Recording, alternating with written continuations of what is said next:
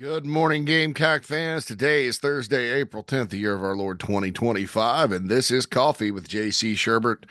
Certainly pleased, thankful, grateful, anything you can say on that you have decided to grace me with your presence today. Certainly is always an honor addressing the Gamecock Nation each and every, or most, I would say most, Monday through Fridays right here on Coffee. Get your day started right. Softball action last night. Gamecocks defeated Charleston Southern. Gamecocks number 10. I think we've settled.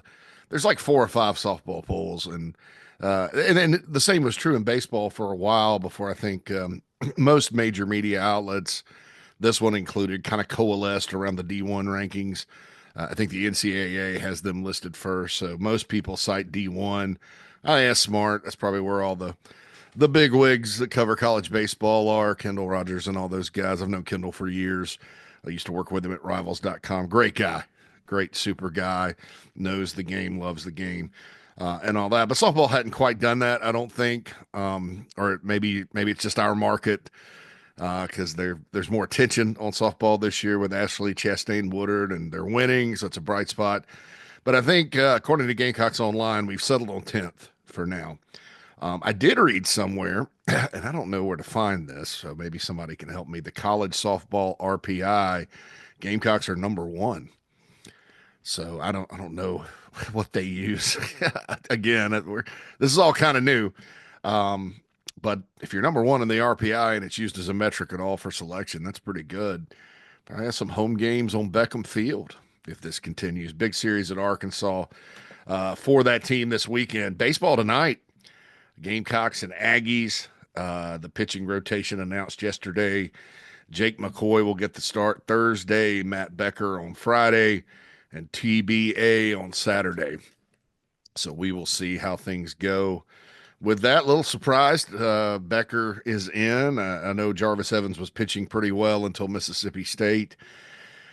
So another change kind of in the pitching order. Becker's had some pretty solid appearances in relief. So we'll see how he does with McCoy. You know, we keep hearing about the stuff, and he does have good stuff, but the stuff has to be effective, especially getting out of the early innings. I think the Aggies kind of can smell that they can turn it around. You're going out there, they're going to try to jump on you. For the Gamecocks, I think it's important to not look up at the scoreboard in the second inning and be down 6-0, or at least 3 or 4, and that's happened several times. So we'll see how it goes. I don't want to get negative about this series, but it's hard to get positive about it. I think the wounded team to take advantage of that wasn't hot coming into the series, and you let them off the hook, to quote Dennis Green, was Mississippi State, and that was sad. Even if it's out there, you look. Whittle even mentioned it. You look at their crowd, and it's not like the cowbells were clanging, clanging, clanging all weekend long. They're kind of fed up with Chris Lemonis a little bit, which is surprising because he won a national championship there. But that was 4 years ago. And in baseball, Mississippi State has big standards. You were talking about the school that Will Clark and where Rafael Palmeiro played at, and they've got a huge stadium with condos in the outfield. I mean, it's, they kind of that's their thing. Mississippi State fans, honestly, football, if they're in a bowl, winning 7 or 8 a year, they're pretty happy. As long as they beat Ole Miss, that's a big deal. Certainly they love it when they win big too, but they're not going to go firing coaches. Dan Mullen won about 7 or 8 a year and had a couple of big years. They didn't want him to go anywhere. Basketball, on the men's side, they're pretty happy making the tournament like they have been. And actually, I think they feel like they've overachieved with Chris Jans. Ben Howland ended up getting fired there because he was kind of like Frank Martin. He was winning, but not quite making the tournament. And so my point to say all that is, you look up in the baseball stands for Mississippi State, that's like their deal. They if they don't win in that sport, they're mad. I mean, Carolina has the same standards in baseball, don't get me wrong, but Carolina fans also love women's basketball, and I mean, Carolina fans in general, to their credit, to you guys' credit, guys and gals. I always like to say that because we do have females in our audience. Um, to your credit, around here, the standards have risen across the board. And that happens when you do things. And I've talked about this before. Carolina wants to be good at everything. So how do you do it? And that was a topic on coffee a while back. But you look at it in, Mississippi State, whereas baseball is the one where you win or get out. The other sports are like win, but we're realistic about things. And I'm not saying Carolina fans aren't. There's Mississippi State set up completely different than the University of South Carolina, and it happens. Standards raise when you win national championships like you did in baseball. When you go to a Final Four like you did in football, in basketball. When you make an SEC championship game like you did in football. And Steve Spurrier coaches here, and you're a national top 10 team for about 4 years. When you beat top-ranked top 10 teams like Shane Beamer's done, when you are on the cusp of the playoff, when your quarterback's being talked about a Heisman trophy run this season, and Spencer Rattler just left, and he was probably one of the better quarterbacks you've ever had.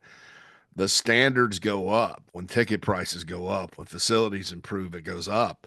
And that's been the case across the board. I don't see anything wrong with South Carolina being good at the Big Four, plus softball.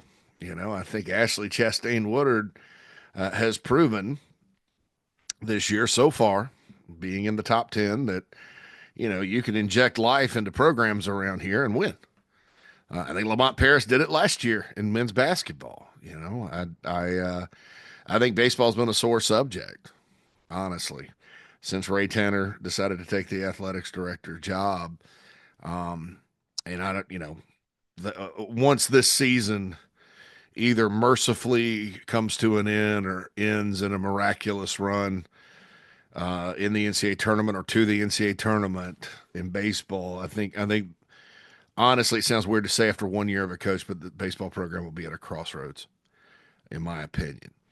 And the opportunity last week to kick somebody when they're down in Mississippi State and just to let them off the hook like that, not only, with regards to losing the Saturday game, letting that one get away from you, but then just the uncompetitive game on Sunday. That's a tough pill to swallow for a program that, we can say it declined under Holbrook and Kingston, and it did from where it was at, obviously. And Kingston had some bad years, and if it weren't for COVID, he probably would have been gone sooner. But the reality is, the last 2 seasons, this has been a super regional and a regional team, and there was really not a lot of question about it. I think people got a little nervous about making the regional last year before the run in the SEC tournament, which was different. And it was a disappointing team relative to expectations and standards. And then there was the bounce out in the regional in Raleigh was ridiculous, but they were better than this year's team. I mean, by a good margin. So I don't know. I don't know. You have Paul Maneri, Hall of Fame coach, obviously. I think it's fair to question some things he's done. It's just a situation where regardless of what happens for the rest of the season, good or bad, I think they got to kind of come together and say, what's the plan here? Revenue shares coming. How's that going to impact baseball? What's the commitment level to baseball? I think we got the answer for men's basketball as far as the commitment level with the new AD, Jeremiah Donati. He's done a great job pulling together resources for Lamont Paris pretty quickly. And I think that's awesome. It's what an athletic director does. He doesn't win and lose every game, that kind of thing. He's not responsible for the spring football game not being on TV or not. That's a Shane Beamer decision, But pulling together funds and making sure your coaches have the resources to compete is important. And then if they don't win when they have the resources, you fire them and you hire someone else. Yay, that's good. And I still believe we're entering an era where if it's a judgment call before all the money for the players, that was a rather expensive way to kind of revitalize your program. Um, you just buy them out, spend the money. It's worth it. You're going to make it back on the back end. Everybody's going to hopefully get excited about the new coach. And if there's any question at all about it, you fire, right? If it's within 55-45, fire. Now I think that's changed. If it's close, you're going to err on the side of we can invest less than the buyout into players and fix it that way. But that's and I don't, I can't tell you whether or not if we weren't in the portal and NIL era, if Lamont Paris, first of all, I can't tell you how many games he actually wins this past year or any year without the portal. But if we weren't kind of in this era where the house settlement is an issue and revenue shares coming and the athletics departments need 20 extra $1 million a year and all this happy stuff you hear about that the people pushing the money, the agents, the media, the people like that, they don't ever talk about that. They don't ever talk about the fact, yes, these athletic departments gross 120 something million a year, but every penny almost gets spent. And most of it is to fund sports and give people opportunities that don't make money. I mean, it's not like football's bringing in all this money and, they get better uniforms. The apparel contract is for all the schools. I mean, all the teams. They take a lot of their money and transfer it to other sports because it all costs money, right? It's not free to put a softball team on the field or a women's basketball program on the court or an equestrian program. Although I did find out the horses, I was like, are they does the university buy the horses are donated? Um, I don't know much about equestrian folks, but go Cox. Hopefully they win the national championship. Good hire by Ray Tanner in equestrian, though. That program had fallen off a little bit, and now it's SEC champs. So good job by the ladies. Maybe I'll watch some of that. Who knows? But anyway, it's one of those things where I think that the firing part, the quick to firing part's gonna, kind of come back at some point, but they've got to figure out this revenue hole and go from there. Back to baseball, like just to wrap the bow on that. So with men's basketball, women's basketball, football, and then other sports with the rev share, baseball falls in that other sports category. Now, in the other sports category, I feel like they'll get plenty, but because it's important at South Carolina, but there's, we talked about outside funds being raised and things like that. That's going to have to take place. And it really, the program was so good and kind of coasted on that for so long. And then you go and you're like, well, and I remember when Maneri got hired, this thing is not broken. It just needs a little extra umph to it. And you look at the results the last two seasons before this one, and you say, yeah. Well, now we hear, well, I didn't know the SEC is going to be this tough. And well, even before Texas and Oklahoma came in, which are two good teams, it was brutally tough. I mean, we're in an era where Kentucky and Tennessee went to Omaha last year. Tennessee's been building a national power for the past 10 seasons or so, or however long Vitello has been there, and they are still really good. Don't let the A&M series fool you because A&M is really good too.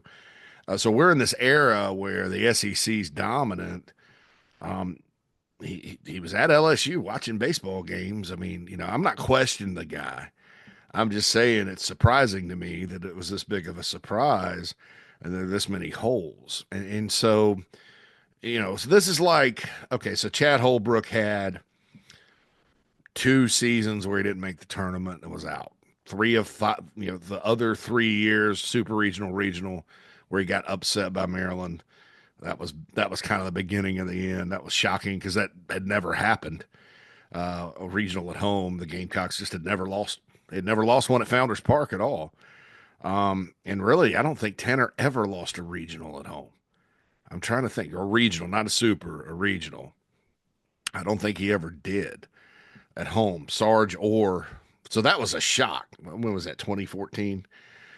The next year doesn't make the tournament in 15, so 5 alarm fires. 16 they do, and they win the regional.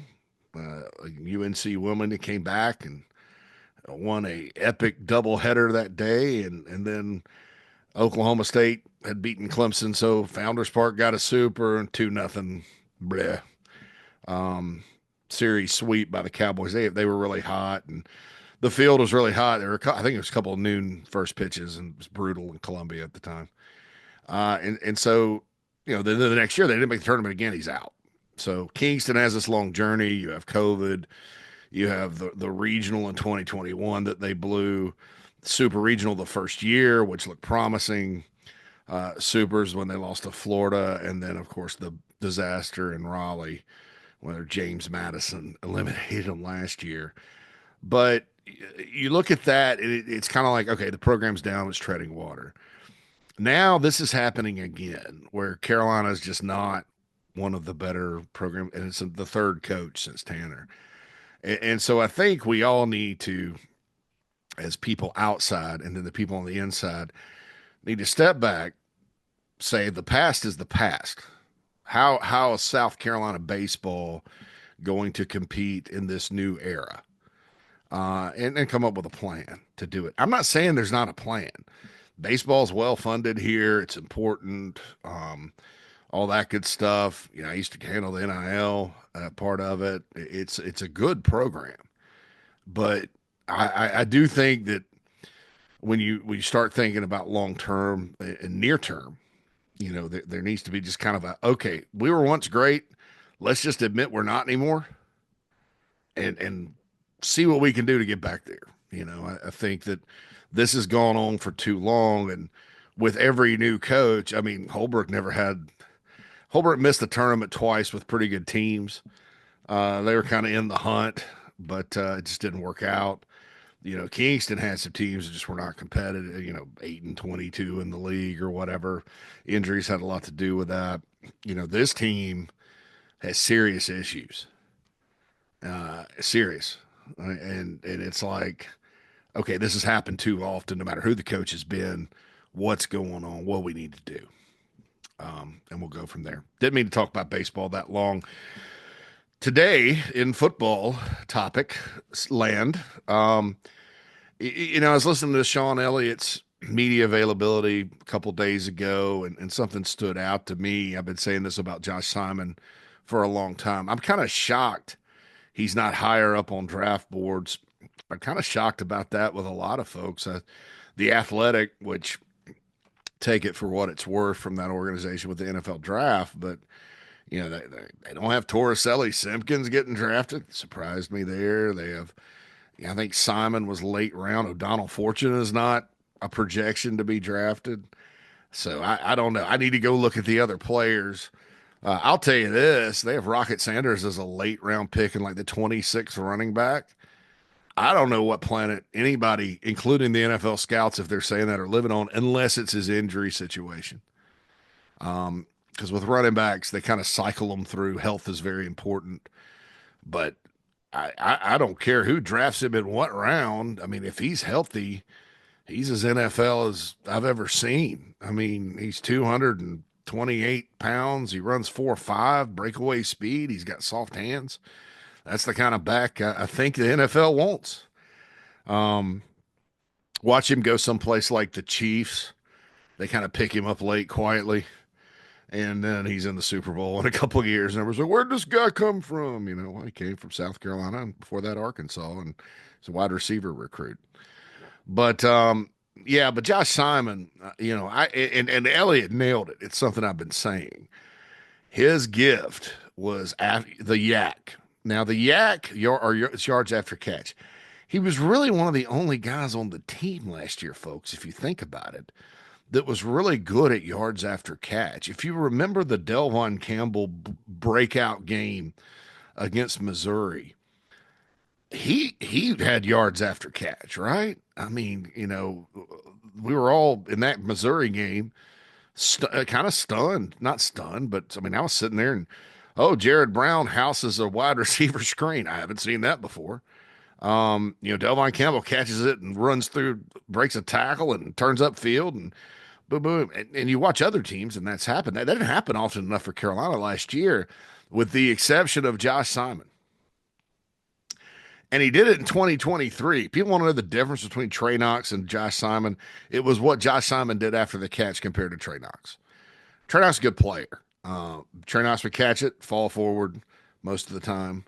If he had wide open space, he had enough speed to get downfield, which is a little different than what he was at Arkansas. At Arkansas, I remember a guy that could get deep and things like that. I love Trey Knox, great person. Got to know him in the summer before his only year at Carolina through NIL, and well, the guy he could be a politician, he could be a media guy, immensely talented, smart individual. But when you compare him to, and I feel the same way about Josh Simon, I met him too. Josh Simon's were kind of a little more relentless after the catch, and strong hands, didn't fumble a whole lot. I don't remember him fumbling. If I'm wrong, correct me. But the A&M game, the play that kind of salted it away. I mean, he just shook the tackle and went upfield, and boom, gone. Enough speed to make it happen. And that's kind of, I think, just overall on the offense, what was missing, including the receivers. That's my thing about Nick Harbor, is that guy is 200 and something pounds. You haven't seen it often where, Nick catches a pass and has the ability to break a tackle and get upfield. He kind of is a guy that runs his routes. He's either going out of bounds, he's going deep, that kind of thing. His routes that he ran last year got more and more complex as the season went on. Somebody in the Nano Sports chat box during the show yesterday said he was wide open a couple of times during the bowl, and LaNorris Sellers just missed him. But I can't tell that on film watching it on TV. So I don't know. You tell me, folks. But Harbor, that's the next step for him, because you're 200 and I mean you're almost as big as Josh Simon, and you're strong.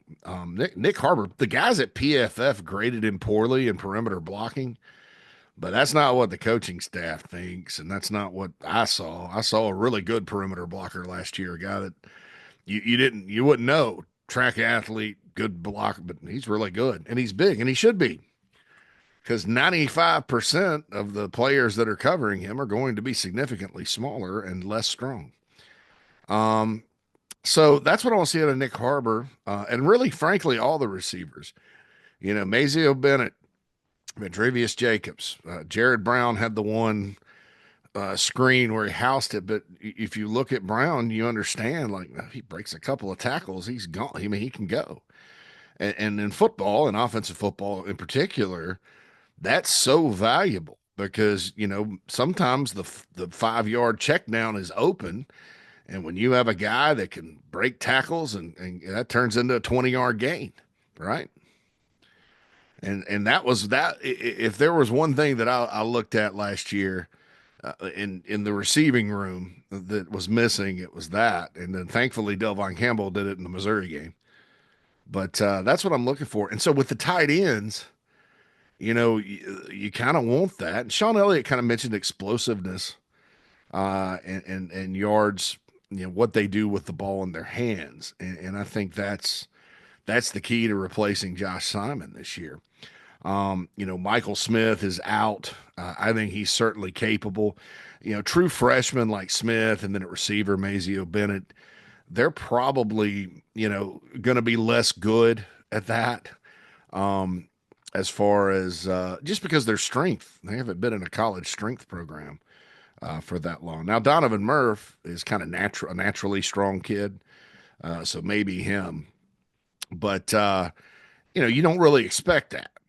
older guys, you kind of do. I mean, it's football. But so with regards to Michael, when he comes back, gets back healthy and ready to go, I think, and Elliot mentioned embracing the blocking part of it and getting that down. And yeah, I'll say this: Michael Smith was not the best blocker last year. And then, fine tuning that on the perimeter. And that includes yards after catch, break tackles. I mean, Michael Smith sometimes last year was wide open and boom, boom, boom. But, if you're that wide open, get on up the field and truck somebody, And the good news, and Elliott pointed this out, is that Maurice Brown, former walk on, who is turning into a very good player for Carolina. Special teams demon, the first couple of years, obviously had the big block punt against LSU where he elevated. But the little secret about him, he is a great athlete. I mean, he's a 4.45 guy. I don't want to say 4.45. 4.5, 4.5, 2, something like that. He's big. He's explosive, as we saw when he leaped into the summer sky and blocked the LSU punt. He's got good hands, and Elliott talked about it, and he absolutely trucked a DB in the scrimmage. I don't know what. Before everybody starts to worry about who that DB is, I have no idea. It could have been a walk on. It could have been Judge Collier. I doubt it was Judge Collier, but Brown ran him over and kept on going. So there's a bright spot. Shane Beamer the other day, and I've confirmed this. Brady Hunt looks so much more athletic, physical, you name it. And kind of like I said, I believe it was on the show a couple days ago, or maybe here. Brady Hunt missed all of 2023 at Ball State with an injury. Really good in 2022 there. NFL future type good. Those Midwest tight ends, man. Muncie, he was from, he went to his hometown school. It's from Muncie, Indiana. Had a tough bunch of breaks last year. I've talked about it before on special teams with regards to big plays in the fake game, but had probably the catch of the year and then unfortunately got hurt. But he's coming on. And that dude, that's a dude that could break tackles too. He's a big physical kid, older guy, played a lot of football now. And so it's good news he's getting used to things as well. And then Jordan Dingle from Kentucky has kind of a similar skill set to Josh Simon. What I haven't seen out of him at Kentucky, and I'd have to go back and look, is the breaking tackles thing. Maybe it seems like he had a big catch and run against Ole Miss when they upset them. I was sitting there watching that game. I don't know though, so I'll have to go back and look. But nevertheless, anywho, that was during the open date for Carolina. But I was hanging out with my buddies watching Kentucky beat the Rebels, and it gave me hope before that game. Anyway, Dingle, everything except, I'm not going to go as far as saying, because Josh Simon was such an elite tackle breaker. Dingle's skill set, size, hands, what he does. Elliott mentioned he's a blocker. He's even from kind of the same part of South Carolina originally. I think, where is it? He was born. Maybe Sumter too. Maybe he's from Sumter too. Maybe Manning. I'll have to go look. I think Manning, which is over there. I mean, same area. So that's a guy, older guy to kind of look at, and Elliott had some good things to say about him. Mike Tyler's coming in, the recruit this summer, from over at Hammond. Hammond guys take some time, as we found out with Boogie Huntley and Jordan Birch. And look, I don't know that it's 100% of the time, right? Maybe he comes in and he's physically ready to go, but it's not that I want to expect much out of him. I just think he's probably headed for a red shirt. Wasn't here for spring for anybody to know, but I think he's going to be really good. I mean, Carolina flipped him from LSU. I wouldn't think Brian Kelly's been doing it a long time. Coached a lot of great tight ends at Notre Dame. I don't think he would approve him if they didn't think he had some panache, if you will. So to kind of wrap all this up, I think the yak, you're going to hear me say that a bunch between now and next season, when August 31st, whenever, that's a step this offense as a whole has to take.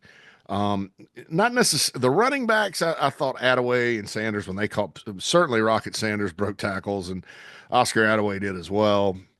I'm not as worried or concerned about that part of the passing game and the yak as I am about the wide receivers and now the tight ends, who had technically should be able to break tackles and get upfield and be physical. It's just a matter of losing Simon. Sean Elliott talked about, they said, how do you replace Josh Simon? He said, recruiting, you can't really replace him. And it's because of that part of his game. I mean, we saw it. I mean, if you just want to, discussion point highlight, go look at the clinching play against A&M. Just threw it out to him. That was what, a 2-yard pass. Broke a couple of tackles and he's gone. I like that play, by the way. If you have somebody that can break tackles, if you don't, it's going for 2 yards. Excuse me. Goodness. First play of the LSU game, same way. If you go back and look, I don't know why I'm a glutton for punishment. I went back and kind of watched some highlights from that LSU game. But Carolina played so well and lost. I mean, LSU, give them credit for coming back, and that's vintage Brian Kelly. He is a very, very good coach. And his teams, when you count them out, they have a knack for responding. They even responded this past year. They went to, after Alabama beat the tar out of them, they were 6-4 and had Vandy coming in, which is dangerous. Danger with Vandy. The kill zone. Beat them by 7. Nobody in Baton Rouge is happy about beating Vandy by 7. I don't care how tough Vandy is. I think it was 20-13. And so then Oklahoma comes in right after the Alabama game, where they beat Alabama by 3 touchdowns. So you have a team that lost to Alabama 42-13 at home and a team that beat them by 3 touchdowns the week before. And LSU spanked them 37-17. And then LSU, I believe, well, they didn't play A&M Thanksgiving weekend. They played Oklahoma. Thanks, SEC. They had lost to A&M before A&M came to Carolina. Then they go to the bowl, the Texas Bowl, lots of opt-outs. Baylor is a 3.5-point favorite for whatever reason. I have to ask Rafael Esparza why that was. Me and my buddy are sitting there because it was the day of the Carolina-Illinois game, too. We loaded up on LSU. If there was anything about that day that made it a little better, was loading up on LSU. And LSU beat the tar out of them. So in season and in games, if you have your foot on a Brian Kelly team's throat, you got to keep stomping. I saw it at Notre Dame too, quite a bit.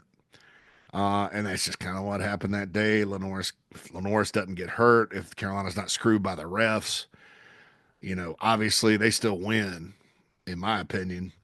But if you want to know why LSU got back in it, there's 2 reasons: Brian Kelly and Garrett Nussmeier. And that was a big game for them because they had lost to another opener. We'll see if they lose their opener this year, right? I don't think there's a Gamecock fan alive that wants LSU to lose their opener this year because it's at Clemson that Saturday. But I went back and watched it, and so to wrap it up, that's what I noticed. First play of the game, Dowell dialed that up.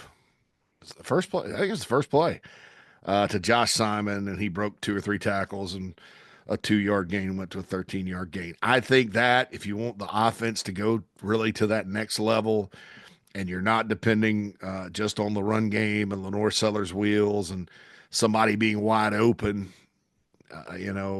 without Josh Simon there, you got to develop guys that can get the yak, baby. Woo! I think they will. I think last year at receiver it wasn't necessarily a struggle, because kind of what I thought would happen. Different guys popped up at different times. You did have injuries there that were a factor. Nobody ever talks about that. But, thankfully, at different times during the season, whether it's Mazia Bennett, Delvon Campbell, Nick Harbor, somebody stepped up. The stats weren't beautiful. You had Josh Simon, so you had enough of a passing game. I mean, LaNorris Sellers threw for 2,500 plus yards, maybe 27. Maybe it was 25 going in the bowl. Anyway, he threw for a lot of yards and ran the ball, and that was good. Carolina had pretty good offense. I mean, fourth in the SEC in rushing is no joke. And that's with receivers not getting a lot of yak and also an offensive line that was disappointing for most of the year. Not all of it, but most of it. And so the next level thing, attack wise, skill position wise, we all know about the line, is to get some guys that can do that. And there are a lot of potential players, both at tight end and wide receiver this coming season. So that's something to look for in the spring game. Um, Last year's spring game didn't have a whole lot of yak either, if I'm recalling correctly. It's just individuals doing that. Of course, you know, if a guy does it a whole lot and puts up big numbers, don't just pencil him in the starting lineup. We learned that lesson with spring games a long time ago, but that's a little something to look for on offense next year. I want to thank Palmetto Golf and Belts, palmettogolfing.com. It's Masters Week. Go buy some golf swag, freaky fast delivery right there, palmettogolfing.com, Palmetto Golf and Belts. Also, Encapsulate USA. Use code JCM for $10 off. Don't forget about GamecockCoffee.com. Support NIL. Today on the morning show, Viva Las Vegas. Rafael Esparza, one of my favorite guests from Doc Sports, is in to talk about Masters plays for you, for entertainment purposes only in South Carolina, of course. And then Brad Muller, the voice of women's basketball, who's also been calling some softball. He's going to come wrap up the women's basketball season, put a bow on it, talk about that outstanding transfer portal point guard from Florida State that Dawn Staley and the ladies picked up. Raven Johnson's former teammate. Raven's also coming back. Gamecocks are going to gear up for another title. That's what championship level programs do. Read some concern about losing players with regards to Dawn Staley's program. And just like I say in football, if football wants to take that next step, they're going to look at the players they lost off last year's team, the talent, and smile and wave goodbye and wish them well and keep restocking and reloading. That's what the great programs do, and I think everybody around here wants that. So women's basketball is already great, though, is my point. So I don't know why there was some concern, but maybe it's not so much concern as discussion. Nevertheless, Brad will be on to talk about that. Phil and I will be along right after that. The Super Stream on YouTube, this YouTube channel, if you're following along there, Chief Sports South Carolina, please like, subscribe, share right here on the channel. If you're on podcast, please go to the Apple Podcasts, not store, but Apple Podcast. Rate us 5 stars. It's the entire ITG family on podcast. I certainly would appreciate that. You don't have to write a review. There's some clowns in the review thing on podcast. But then there's also some legit criticism that we've cleaned up for the most part with the podcast version. Anyway, thanks so much for joining me. JC Shurburtt out. Holla at you soon.